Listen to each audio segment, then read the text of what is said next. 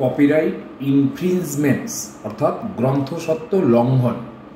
ভারতের গ্রন্থস্বত্ব আইনের গ্রন্থস্বত্ব লঙ্ঘন বলতে বোঝায় নাম্বার 1 সাহিত্যিক, নাটকীয়, বাদ্যযন্ত্র এবং শৈল্পিক কাজের পুনরুৎপাদন অর্থাৎ রিপ্রোডাকশন করলে কপিরাইট ইনফ্রিঞ্জমেন্ট হবে। 2 নম্বর যে কোনোভাবে কোনো মাধ্যমে তৈরি সিনেমাটোগ্রাফি ফিল্মের একটি কপি তৈরি করা।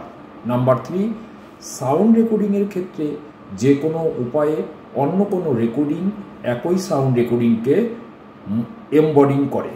নাম্বার 4 একটি প্রোগ্রাম বা পারফরমেন্সের সাথে সম্পর্কিত যা সম্প্রচারের অর্থাৎ ব্রডকাস্ট পুনরুৎপাদনের অধিকার বা একজন অভিনয়কারীর অধিকার এই ধরনের প্রোগ্রাম বা পারফরমেন্সের সাউন্ড রেকর্ডিং বা সিনেমাটোগ্রাফ ফিল্মে অন্তর্ভুক্ত করে। একটি কাজের গ্রন্থস্বত্ব লঙ্ঘন করা হয় যদি কোনো ব্যক্তি গ্রন্থস্বত্ব মালিকের যথাযথ অনুমোদন ছাড়াই নিম্নলিখিত ঘটনাগুলো ঘটায়। নাম্বার 1 গ্রন্থস্বত্ব মালিকের একচেটিয়া অধিকারের পরিপন্থী কোনো কাজ করে বা 2 নম্বর লাভের জন্য জনসাধারণের কাছে কাজটি ব্যবহার করার অনুমতি দেয় যদি না সে জানত যে জনসাধারণের কাছে এই ধরনের ব্যবহার গ্রন্থস্বত্ব লঙ্ঘন হবে।